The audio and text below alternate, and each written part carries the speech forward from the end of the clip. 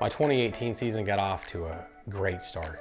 We got Natalie out on her first ever deer hunt, and as luck would have it, she was able to kill a giant whitetail for her first ever deer kill, first ever deer hunt, which is kind of unbelievable, but it just sometimes things work out.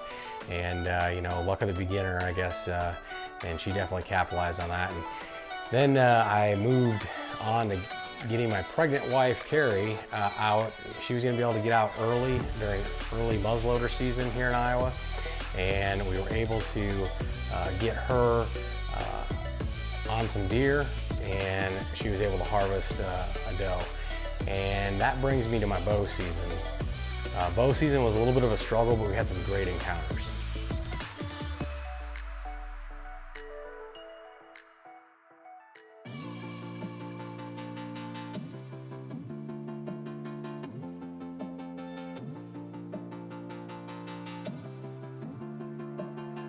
So I'm a firm believer in when preparation meets opportunity, luck is born, and that's no different.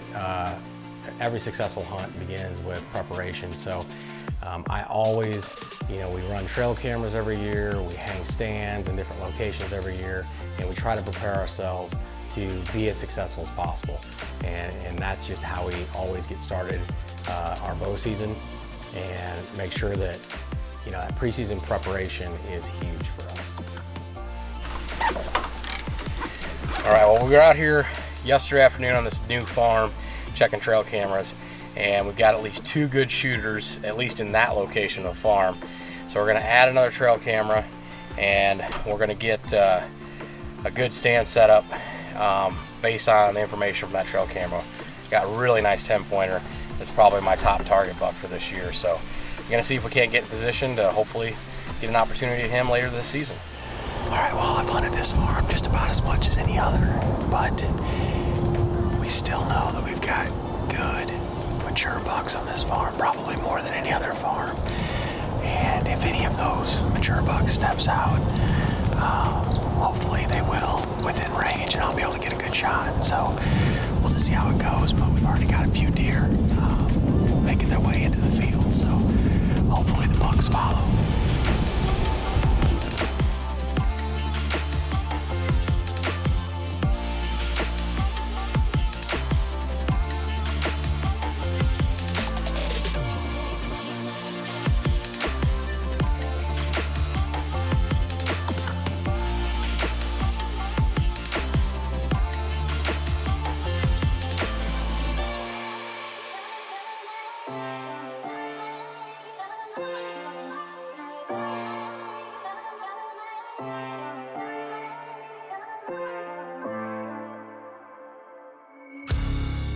So late muzzleloader in Iowa can be kind of variable, especially when it comes to the weather.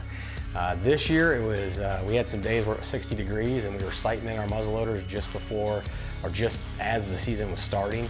And it's not very often that you can check your zero on a muzzleloader and kind of have a field day at the range in January.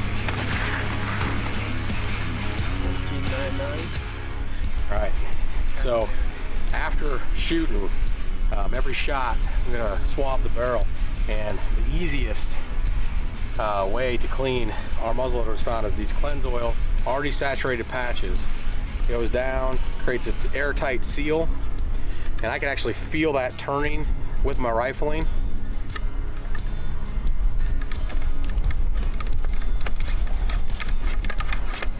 Get that cleaned out right where that explosion happened, because that's where most of your residue is going to be at. Pops out. I turn that around, go back the opposite way.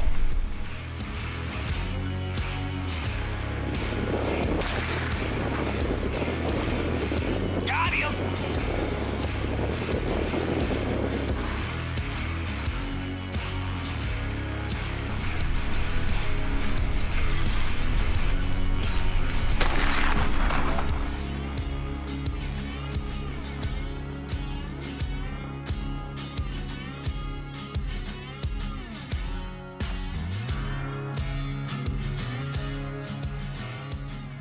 Well, it's late muzzleloader season in Iowa, and we've got to deal with thunder and lightning.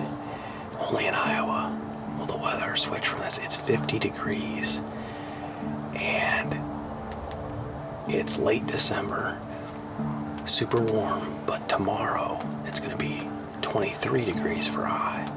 So we've got a major change going on that's gonna happen. So we're hoping the deer move tonight, but we know for sure if they don't move tonight, they will move tomorrow.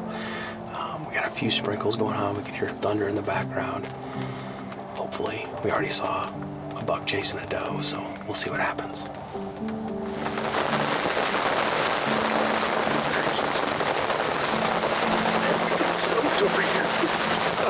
Ian's getting rained on.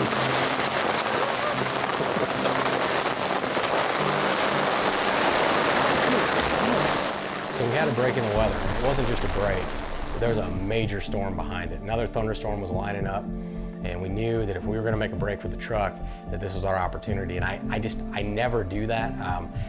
But you know, looking at the radar, we just decided that our best shot to get out of here, protect the camera equipment, and just, you know, live to hunt another day type of a deal. And so we decided to head back to the truck. What's up? We got deer right here. Right there in that bottom.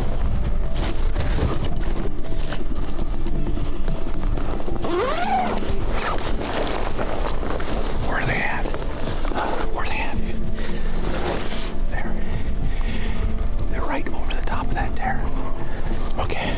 Right there.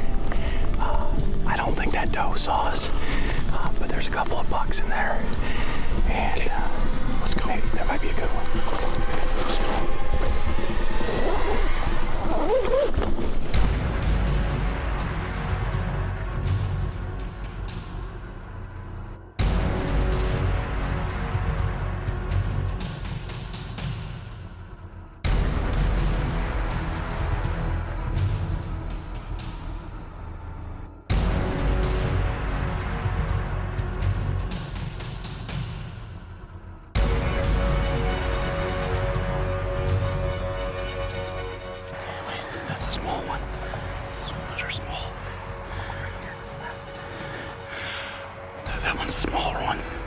So we're finally in range of the buck, and I can see the shooter, and I'm on the shooter, and Ian is struggling to find the shooter in the viewfinder, and that's because he's focused on deer that are to my right. And I'm looking at the deer in the cornfield to my left. And he's like, no, not a shooter, because he thinks that I'm on this deer to the right. And I'm like, no, to the left. I'm like, really? You don't think that that's a shooter? And finally, he's like, oh, yep, shooter. And so he's on him, and he finally gives me the green light to take the shot. No. Okay, I see him. Yep, I see him. I'm on whenever, Kurt.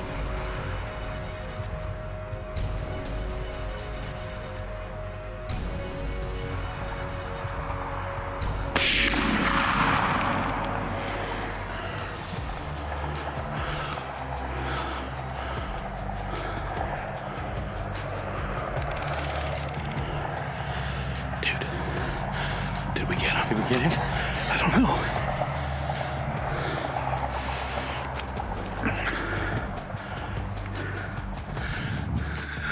I don't know. Did you see him pretty good? I was clear on him. Yeah. Yeah, I thought he was to the right, and I was looking at your barrel trying to line him I up. was telling him, like, to the left. I saw him come up over the hill, and he was with that other buck. He was basically wanting to fight him. Haha! That's him, dude! Take that. Yes! Boom!